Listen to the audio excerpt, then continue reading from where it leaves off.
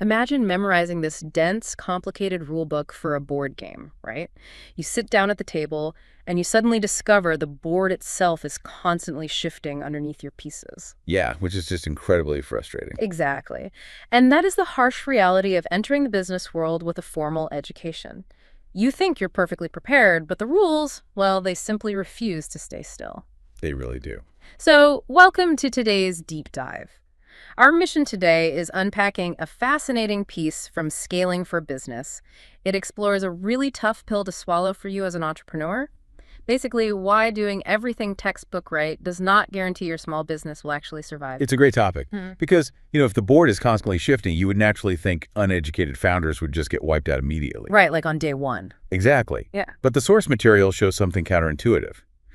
A formal education actually does prevent those early startup mistakes.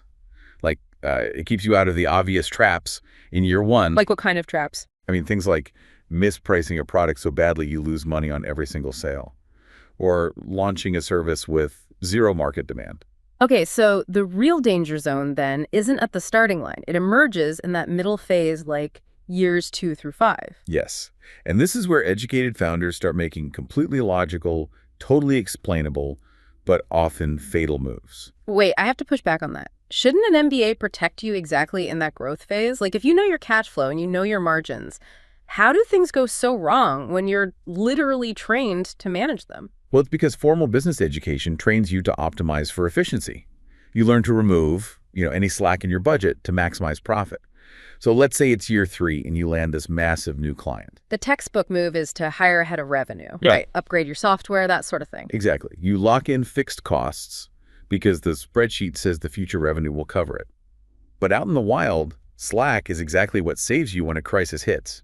You actually need a certain level of financial inefficiency just to survive the unexpected. So by locking in those costs, they're basically assuming the environment is completely stable. Precisely. They assume stability, and then that massive new client pays an invoice 60 days late.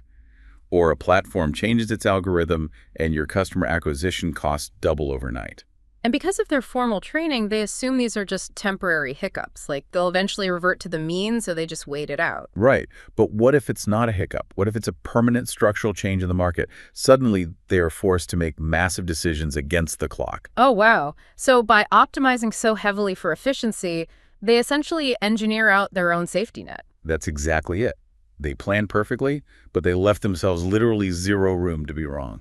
Okay, so if educated planning causes that kind of fatal rigidity, what actually keeps a business alive? Well, there was this massive meta-analysis. It tracked over 24,000 founders across 70 independent studies spanning, multiple industries. 24,000, that's a huge sample size. It is. The researchers wanted to isolate what actually keeps the lights on. And they found that formal education and general management experience are remarkably weak predictors of survival. Wait, really? Weak predictors compared to what? Compared to task-specific applied capability. Which sounds great on a slide deck, but what does applied capability actually look like for you in the real world? It's the difference between knowing theory and executing a micro-pivot. Instead of knowing the macroeconomic theory of pricing elasticity, applied capability means noticing your specific customers are suddenly hesitating at the online checkout. Ah, so you decide to tweak the price by 5% or offer a bundle that very same afternoon? Exactly. It's the ability to read the immediate, messy feedback loop of your specific business and adapt right then and there. That makes total sense. Getting that formal education trains you for stability. It's like you're learning how to sail on a perfectly calm lake. But running a small business is whitewater rafting. I love that analogy. The assumptions just don't hold long enough for your textbook corrections to work out. No, they don't. Now, if we look closely at the data, elite institutions do improve outcomes, but it's rarely because of the syllabus itself. It's about what the authors call continuity of access. Meaning the networks and connections that actually come with the degree. Right, and is how those networks practically function in a crisis. When things break down, an alumni network normalizes asking for help early. It provides social credibility. Which buys you tolerance from a supplier, maybe, when you need an extra 30 days to pay an invoice so you don't go bankrupt. Exactly. Education gives you this access, but it doesn't eliminate your exposure to volatility. It just provides a buffer when the spreadsheet fails. So the core takeaway for you here is that survival isn't about having the smartest, most bulletproof plan. It's really about preserving your flexibility. Yeah, it's about making fewer irreversible commitments, keeping enough slack in the system so you have the space to be wrong without the whole operation collapsing at once. Because you weren't trained poorly, you were just trained for a stability that doesn't actually exist in the wild. Exactly. We really have to question what we value when scaling a business optimization or resilience. That is a great point to end on, but I want to leave you with one final provocative thought to mull over.